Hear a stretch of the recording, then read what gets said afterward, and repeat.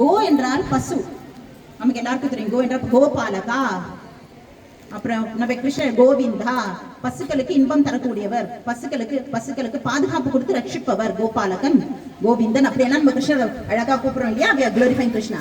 அதே மாதிரி கோவர்தன் என்ன லிட்டரலி என்ன மீனிங்னாக்கா, கோ வந்து பசுக்களை குறிக்கின்றது. அந்த பசுக்களுக்கு தேவையான எல்லா விதமான வஸ்துக்களும் கோவர்தன மலையில இருக்கின்றன.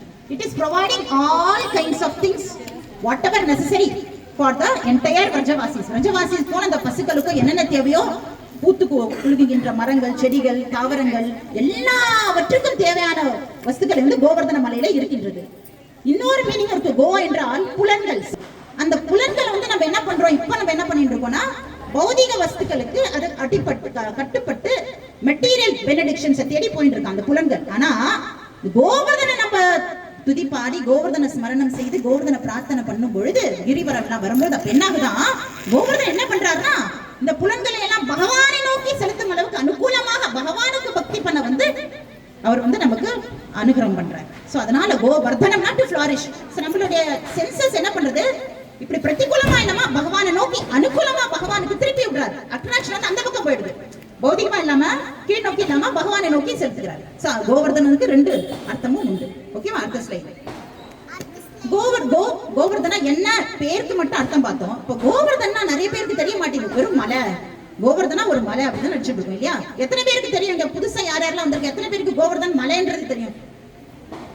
புதுசா வந்தவள் கோவர்தன் மலைன்னு தெரியும். நிறைய பேருக்கு பக்தர்களுக்குள்ளே இந்த ஒரு டவுட், கோவர்தன் மலைன்னு சொல்றாங்க, இது பக்த ஸ்வரூபமா இல்ல பகவத் ஸ்வரூபமா அப்படின்ற ஒரு கேள்விக்குறி. ஏன்னா கிருஷ்ணரே சொல்லிட்டாருப்பா, 4 பேர் அந்த தரப்புல பார்த்தா பகவத் ஸ்வரூபம். நாங்க எல்லாம் இதை வந்து கோவர்தன் வந்து as much as equal to Krishna அப்படின்னு சொல்றவங்க 4 பேர். சும்மா எக்ஸாம்பிள் நிறைய பேர் சொல்லிட்டாங்க. நம்ம 4 பேர் இங்க 4 பேர் போட்டு வச்சிருக்கோம். அதுல கிருஷ்ணரே சொல்லிட்டார், கிருஷ்ண பரமாத்மா பகவானே என்ன சொல்லிட்டாருன்னா, எனக்கும் கோவர்தனுக்கும் there is no difference between me and Govardhan, not different from Govardhan அப்படின்னு சொல்லிட்டார் கிருஷ்ணர். சைத்தன்ய மகாபிரபு அவரும் கிருஷ்ணர் தான்.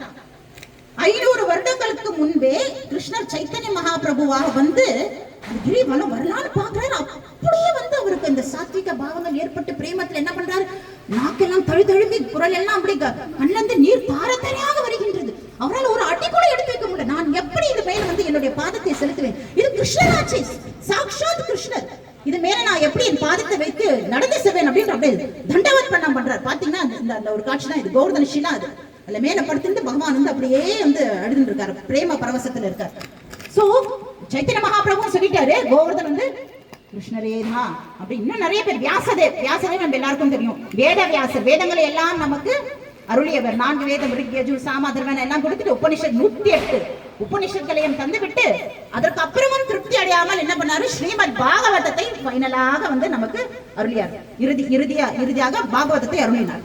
அந்த வேத வியாசர் என்ன சொல்றாரு, கோவர்தனுக்கும் கிருஷ்ணருக்கும் எந்தவித வித்தியாசம் இல்ல. It is as good as seeing Krishna. We just take darshan of Govardhan, it is as good as seeing Krishna அப்படின்னு அவரும் சொல்லிட்டார். இப்படி எல்லாரும் சொல்லிட்டு இருக்காங்க. கர்காச்சாரியன்னா ஒருத்தர் கிருஷ்ணருக்கே நாமகரணம் பண்ணவர், கிருஷ்ணருக்கே பேர் வச்சவர். இன்னைக்கு நம்ம எல்லாம் சொல்லிட்டு இருக்கோம், கிருஷ்ணா கிருஷ்ணா முகுந்தான் கோலல் ஆட்டலாம் ஆடணும் அழகா, ஹரே கிருஷ்ணா ஹரே கிருஷ்ணா கிருஷ்ண கிருஷ்ணா ஹரே ஹரே. அந்த கிருஷ்ணனுக்கு கிருஷ்ணான்னு பேர் வச்சதே ஒரு கர்காச்சாரியர். அவரும் சொல்லிட்டாரு. யுத்தையும் தாண்டி இன்னும் எத்தனையோ பேர் சொல்லியிருக்கா. இவங்க எல்லாம் என்ன சொல்றாங்கன்னா, அவர் பகவத் ஸ்வரூபம். இன்னும் 4 பேர், ரூப சனாதன ரகுநாத தாஸ் கோஸ்வாமி, சுகதேவ கோஸ்வாமி, இவங்க எல்லாம் என்ன சொல்றாங்கன்னா, கிருஷ்ணர் வந்து இல்ல கோவர்தன் பக்த ஸ்வரூபம் அப்படின்னு சொல்றாங்க. இவங்களும் வந்து கிருஷ்ணரை விட மாறுபட்டவங்க. ஏன்னா இவங்க எல்லாம்